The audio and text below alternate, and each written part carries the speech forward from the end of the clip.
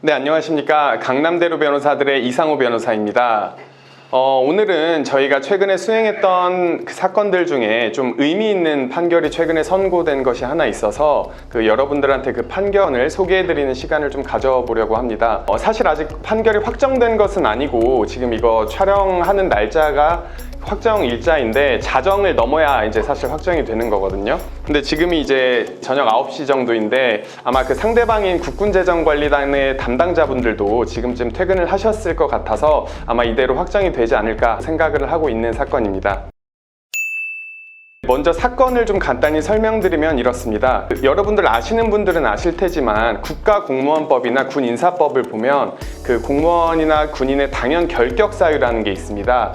예를 들면 금고 이상의 형을 선고받고 그 형이 집행이 종료된 날로부터 5년이 지나지 않았거나 내지는 집행유예의 선고를 받고 집행유예의 기간이 종료된 날로부터 2년이 지나지 않은 자, 이런 일정 정도 이상의 형사처벌을 받은 사람들에 대해서는 국가공무원이나 내지는 군인으로 그 채용 자체를 하지 않겠다라는 건데요. 이게 이제 내가 채용 전에 이런 결격 사유가 있으면 당연히 채용이 안 되겠지만 만약에 내가 이미 근무를 하고 있는데 이런 결격 사유가 발생하면 어떻게 되느냐, 곧바로 이제 퇴직 처리가 되게 됩니다. 그 형이 확정된 순간 추가적인 절차가 없다고 하더라도 곧바로 퇴직이 되는 겁니다. 그런데 저희 사건은 복무 중에 집행유예를 선고받아서 당연 퇴직했던 군인이 그 복무 중에 해당 집행유예 사실이 알려지지 않자 이제 계속 근무를 하신 사건이고, 나중에 이게 정년 퇴임할 때쯤에 그 집행유예 사실이 밝혀진 사건이 있었습니다. 그래서 이제 저희 의뢰인분은 그 이후에는 당연 퇴직자에 대한 그 2분의 1 감액 규정이 있어요. 그래서 그 감액 규정에 따라서 감액된 2분의 1에 해당하는 연금을 받고 계셨는데, 또 추후에 국군재정관리단 측에서 기존에 지급했던 퇴직급여나 연금이 잘못 지급됐다라고 이제 환수를 하겠다는 처분을 또 다시 하게 된 겁니다. 저희 의뢰인분이 저희를 찾아오신 거는 그 처분에 대한 취소를 구하기 위해서 찾아오신 거고, 저희가 거기에 대한 행정소송을 제기해서 승소를 한 사건입니다.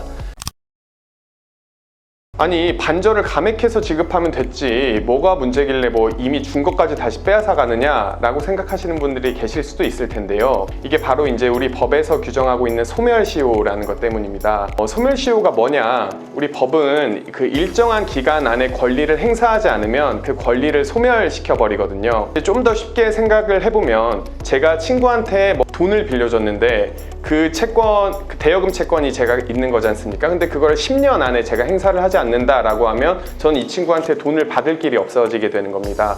그러니까 권리가 있으면 그걸 빨리빨리 행사를 해버리라는 거죠. 근데 그러면 이게 왜 필요하느냐, 제가 좀 간단히 설명을 드려보면, 예를 들어서 친구한테 빌려준 돈이 아주 과거에 제가 한 20-30년 전에 초등학생, 중학생일 때 빌려준 돈인데 10,000원을 빌려줬어요. 빌려준 10,000원이 지금 30년 동안 까먹고 있다가 이제 보니까 1,000,000원이 돼버린 거예요.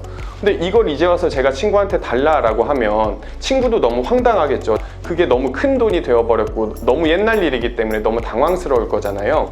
그러니까 이런 황당한 상황들을 방지하기 위해서 애초에 그런 기간을 정해두고 그 기한 안에 권리를 행사하지 않으면 그걸 소멸시키겠다라는 거죠. 이게 법적 안정성을 위해서 이런 제도가 있습니다. 그러면은 다시 우리의 본론으로 돌아와서 이 사건에서 이제 쟁점이 됐던 게 뭐냐면, 군인연금법에도 이 군인연금에 대한 수급 청구를 할 수 있는 그런 기한이 정해져 있습니다. 그 군인연금법 제52조에 보면 이 소멸시효의 기한이 5년으로 정해져 있는데요. 아까 제가 뭐라 그랬어요? 저희 의뢰인분께서는 2019년도에 정년퇴임을 하셨지만 당연퇴직 일자는 2006년이라고 말씀드리지 않았습니까?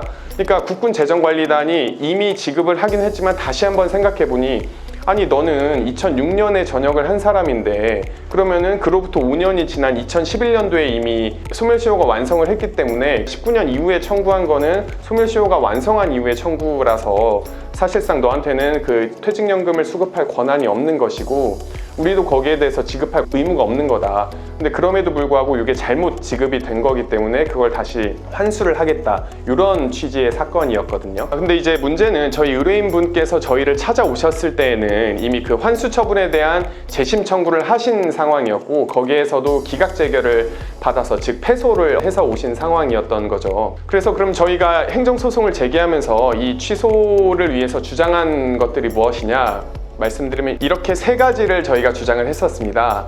먼저 첫 번째 주장은 소멸시효의 기산점, 그러니까 언제부터 소멸시효가 진행이 되는 걸로 봐야 되느냐 하는 그 기산점이 당연퇴직일인 2006년이 아니고 실제로 내가 정년퇴임을 하면서 그 당연퇴직 사실이 밝혀져서 재정명령을 받았기 때문에 그 2019년도부터 기산이 되어야 된다 라고 저희가 첫 번째 주장을 했었고, 두 번째로 저희가 주장한 게 뭐냐면 이게 빛의 변제다라는 주장을 한 거예요. 이게 뭐 법률적인 용어라서 좀 어려우실 수도 있겠지만 아까 제가 말씀드린 것처럼 30년 전에 빌려줬던 돈이 불어나서 1,000만 원이 됐는데 소멸시효의 완성으로 이 친구는 저한테 돈을 갚지 않아도 되지만 도의적인 관점에서 그래 내가 뭐 1,000만 원은 너무 많고 100만 원까지는 내가 변제를 할게 해서 변제를 했다라고 하면 그거는 도의관념에 적합한 변제이기 때문에 나중에 이 친구가 알고 보니까 내가 너한테 줘야 될 의무가 없는데 이걸 괜히 준 것 같아, 뭐 다시 돌려줬으면 좋겠어 라고 해도 그거는 이미 유효한 적법한 변제이기 때문에 반환 청구를 할 수 없다는 겁니다. 그게 이제 빛의 변제라는 것이고, 그런 차원에서 재정관리단이 우리의 당연퇴직 사실을 알고 지급한 것 역시 빛의 변제에 해당한다, 이런 주장을 했었고요. 그 다음에 이제 마지막으로 우리 수익적 행정행위에 대한 그런 취소를 할 때에는 그 취소로 인해서 개인이 입게 될 피해와 그 공익 저울질을 해서 뭐가 더 우위에 있는지를 놓고 판단을 한 다음에 이게 취소하는 게 적절하다고 인용될 때에만 그 취소가 가능합니다. 그러니까 뭔가를 이런 국가나 행정청 내지는 정부가 어떤 사인 개인에게 뭔가를 줬다 뺐을 때에는 그런 저울질을 좀 잘 해봐서 사인한테 너무 큰 피해를 입히지 마라, 왜냐하면 이미 준 것이기 때문에, 뭐 그런 취지라고 생각을 하시면 될 것 같습니다. 지금 이렇게 정리를 하니까 그 논리가 아주 간단해 보이지만 앞에 뭐 재심 청구 이런 기간을 제외하더라도 사실 저희 1심 기간만 해도 1년 이상이 걸린 사건이거든요. 그러니까 이게 또 실제 의뢰인분이 정년퇴임 하신 날짜가 2019년도인데 지금 벌써 2024년이니까 5년 가까이 이것 때문에 너무 막 마음을 쓰시고 스트레스가 정말 뭐 정신적 고통이 너무 크셨던 거예요. 그래서 이제 이 선고일이 2주 전이었고 그때 마침 저희 사무실이 이제 행정법원 앞이다 보니까 제가 직접 선고도 청취를 하러 갔었는데 제 일처럼 너무 떨렸거든요. 근데 이제 다행히 선고가 잘 나왔고 저희가 승소하는 판결이 선고가 되었고, 제가 이제 끝나고 나서 저희 의뢰인분께 이 소식을 전화로 알려드렸는데 의뢰인분께서 한동안 정말 뭐 흐느껴 우시면서 저희가 통화를 제대로 하지 못했던 그 기억이 있는 것 같습니다.